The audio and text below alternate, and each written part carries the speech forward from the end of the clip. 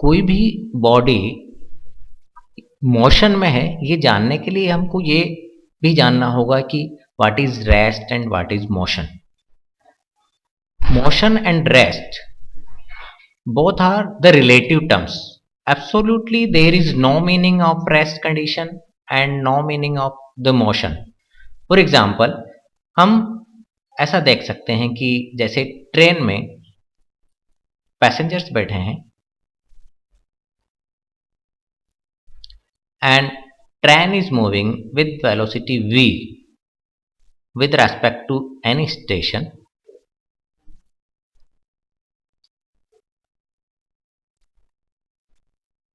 तो जो पैसेंजर्स हैं, पैसेंजर्स की वेलोसिटी भी v होगी with respect to station as per the velocity of the train. तो हम ये देखें कि पैसेंजर्स आपस में बात कर रहे हैं और घंटों तक एक दूसरे के आमने सामने बैठे हैं, तो हम ये कहेंगे कि passengers are in rest condition with respect to each other, but they are in moving condition with respect to the station. So same body is in rest condition as well as in motion. तो motion और rest को define करने के लिए हमको frame of reference लेना होगा, एक पॉइंट लेना होगा जिसके रेस्पेक्ट में बॉडी मूव कर रही है या बॉडी रेस्ट कंडीशन में है. हम बहुत अच्छे से समझ सकते हैं कि जैसे मान लिया हम यहाँ पर क्लास में बैठे, तो क्लास में हम सभी टीचर, बच्चे, इनका जो सराउंडिंग्स है ये with respect to time span it is constant, it is not changing with respect to time. तो हम ये कहेंगे कि we are in rest condition.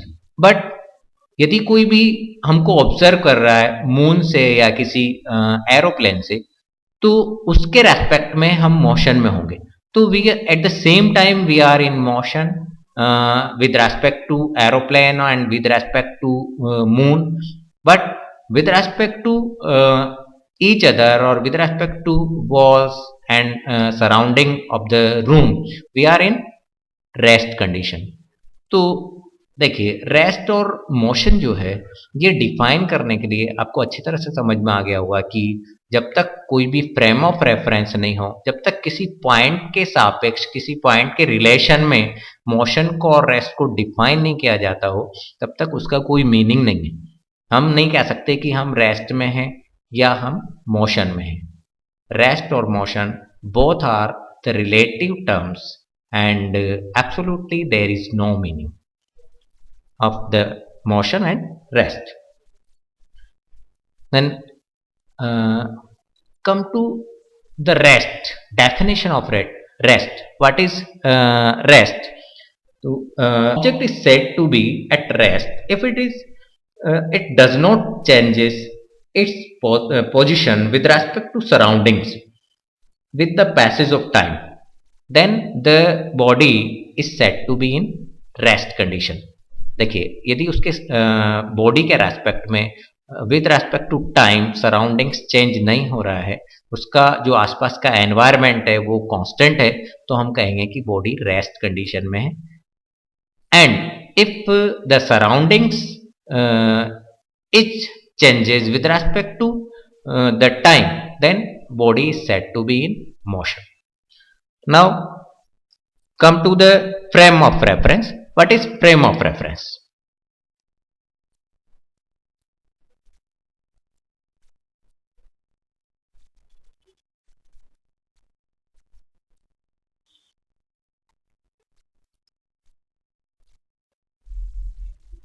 देखिए ये थोड़ा सा डिफिकल्ट टर्म है कि फ्रेम ऑफ रेफरेंस हम कैसे डिफाइन करें.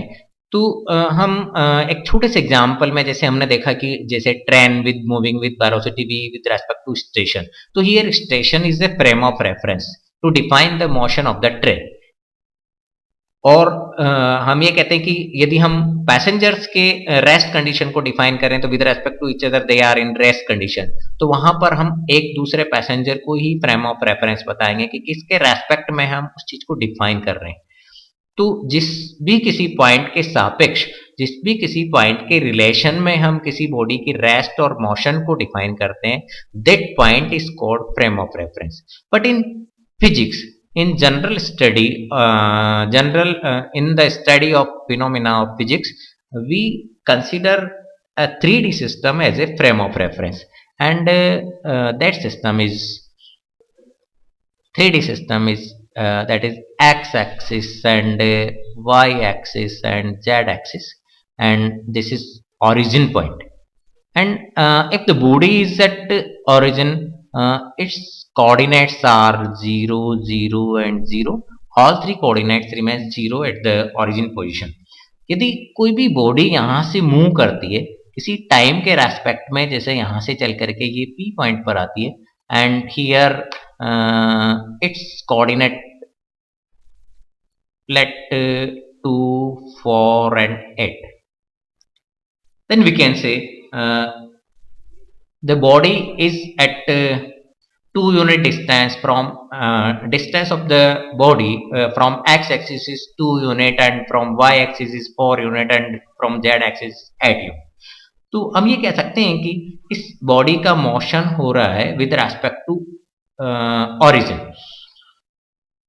यदि after some time the coordinates remains the same 2, 4 and 8, then we can say the body is in rest condition because there is no change in any coordinate with respect to time of the body. और body इस स्थिति में rest condition में रहेगी यदि उसका x Y Z axis के comparison में कोई भी कोऑर्डिनेट चेंज नहीं हो रहा है, तो हम कहेंगे कि बॉडी रेस्ट कंडीशन में है. यदि कोई एक कोऑर्डिनेट भी चेंज होता है तो बॉडी मोशन में होती है. तो किसी भी बॉडी को मोशन और रेस्ट कंडीशन को डिफाइन करने के लिए हम फिजिक्स में एक फ्रेम ऑफ रेफरेंस लेते हैं, and that frame of reference is 3D system. Now come to the concept of point object.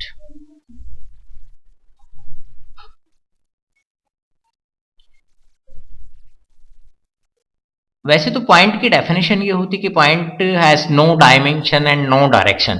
Point is very very small thing जिसका कि कोई डायरेक्शन भी नहीं है और कोई डायमेंशन भी नहीं होता है.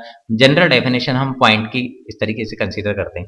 लेकिन फिजिक्स की डेफिनेशन में मोशन के रिलेशन में यदि हम किसी पॉइंट को डिफाइन करें तो यहाँ पर पॉइंट ऑब्जेक्ट एक अलग तरीके से हम डिफाइन करते हैं कि if the distance covered by the body is very very greater than the size of the object, then object is consider as a point object. जैसे हम बोलें कि कोई भी ट्रेन दिल्ली से चल करके बॉम्बे तक पहुंचती है, तो ट्रेन जितनी डिस्टेंस कवर करती है उसके कंपैरिजन में ट्रेन की जो साइज है वो बहुत ही स्मॉल होती है. तो हम ये कहें कि train is consider as a point object because distance covered by the train is very very greater in comparison to the size of object. और दूसरा हम कोई एग्जाम्पल इसमें कंसीडर कर सकते हैं कि जिस चीज को हम बहुत बड़ी मानते हैं उसको भी हम पॉइंट ऑब्जेक्ट कंसीडर कर सकते हैं. जैसे कि हम बोलें कि एक जो अर्थ है, earth revolves around the sun,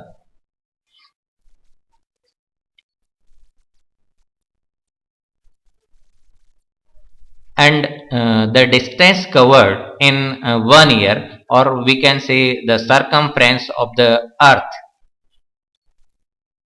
is very very greater than the size of the earth, then earth is considered as a point object. तो point object का definition हम फिजिक्स के टर्म में, मोशन की टर्म में इस तरीके से देख सकते हैं कि जब बॉडी उसकी साइज के कंपैरिजन में बहुत ज्यादा बड़ी डिस्टेंस कवर करती है तो बॉडी को हम पॉइंट ऑब्जेक्ट कंसीडर कर सकते हैं. Now come to the types of motion. 1D motion.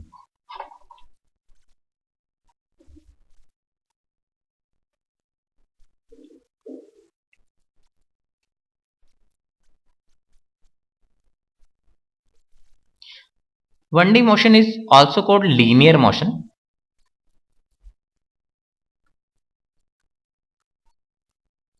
देखिए कोई भी जो बॉडी है वो यदि एक बिल्कुल सीधी रेखा पर गति करती है, स्ट्रेट लाइन पर वो जाती है, तो that type of motion is called 1D motion. जैसे हम बोले कि train is moving on a straight track, और ant is moving on a straight wire, then the motion, this type of motion is called 1D motion. 1D motion में बिल्कुल straight line motion होना चाहिए। यदि उसकी लाइन चेंज हो जाती है या उसका प्लेन चेंज होता है तो उसको हम 1D मोशन नहीं बोलेंगे। 1D मोशन को हम एक और तरीके से भी डिफाइन कर सकते हैं, जैसे कि अभी हमने फ्रेम ऑफ रेफरेंस पढ़ा था। फ्रेम ऑफ रेफरेंस में हमने देखा कि 3 कोऑर्डिनेट सिस्टम होता है, एक्स वाई और जेड कोऑर्डिनेट। यदि कोई भी बॉडी किसी एक्स डायरेक्शन में मूव करती है तो उसका केवल एक्स कोऑर्डिनेट चेंज होगा and that is also 1D motion. Y direction में मूव करेगी तो केवल वाई कोऑर्डिनेट चेंज होगा, केवल जेड डायरेक्शन में मूव करती है तो जेड कोऑर्डिनेट चेंज होगा। तो this type of motion is also called 1D motion. Now come to the 2D motion.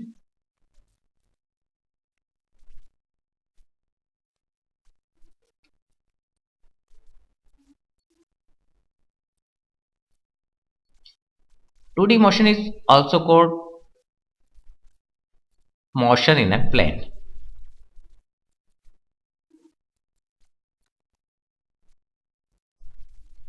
कोई भी बॉडी जब किसी प्लेन सरफेस पे मोशन करती है, प्लेन सरफेस पे गति करती है, तो इस तरह का जो मोशन होता है वो 2D मोशन कहलाता है। जैसे हम बोले कि ant is crawling on the wall, या हम बोले कि बस जो किसी प्लेन सतह पर गति करती है तो उसका मोशन भी हम 2D मोशन में कंसीडर करते हैं।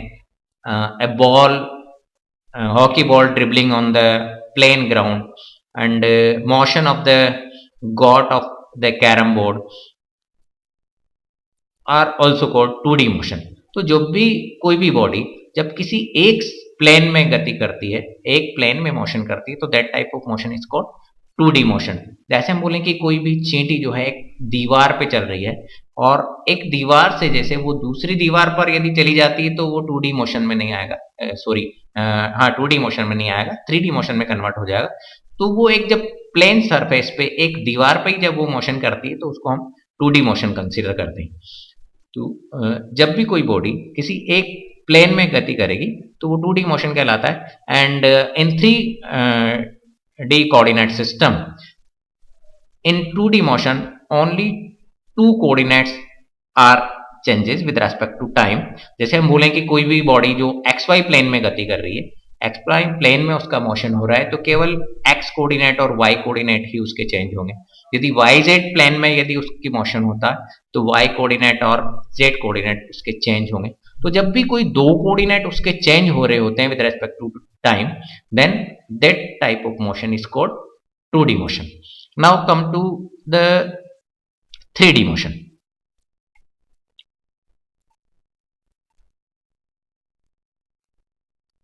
And this type of motion is also called motion in a sky, या sky motion बोल सकते हैं। लेकिन ऐसा कोई जरूरी नहीं कि ये वाला मोशन स्काई में ही होना चाहिए, आकाश में ही होना चाहिए। ये जैसे हम बोले कि motion of the fish is also called 3D motion. तो जब भी कोई बॉडी इस तरह का मोशन करती है कि वो एक प्लेन सरफेस, उसका जो प्लेन होता है वो फिक्स नहीं है, किसी भी डायरेक्शन में वो मूव कर सकते है, तो that type of motion is called 3D motion. जैसे हम बोले कि motion of kite, motion of bird, motion of aeroplane, motion of fish also called 3D motion. इसमें और हम एग्जांपल ले सकते हैं, टिपिकल एग्जांपल्स हैं। जैसे हम बोलें कि motion of bus is called 2D motion, but if bus is moving on the hills then this type motion is consider as 3D motion. जब भी कोई बस हिल के ऊपर चढ़ती है तो वो एक रेवोल्यूटरी मोशन भी टाइप का भी होता है उसका, और वो उसका प्लेन चेंज होता है, तो that type of motion is called 3D motion. Sky motion इसको इसलिए बोलते हैं कि वहां पर 3D मोमेंट बहुत इजीली हो जाता है, लेकिन जैसे motion of fish is also called 3D motion. तो it is not necessary the body is only moving in sky. 3D motion को यदि हम फ्रेम ऑफ रेफरेंस के संदर्भ में देखें, उसको अप्लाई करके देखें, तो फ्रेम ऑफ रेफरेंस जो हम 3D सिस्टम का हमने XYZ एक्सिस वाला लिया है, उसमें all 3 coordinates are changes with respect to time in the 3D motion. जब भी बॉडी मूव करती है तो उसके तीनों कोऑर्डिनेट्स x, y और z, तीनों कोऑर्डिनेट्स चेंज होते हैं विद रेस्पेक्ट टू टाइम। तो this type of motion is called 3D motion.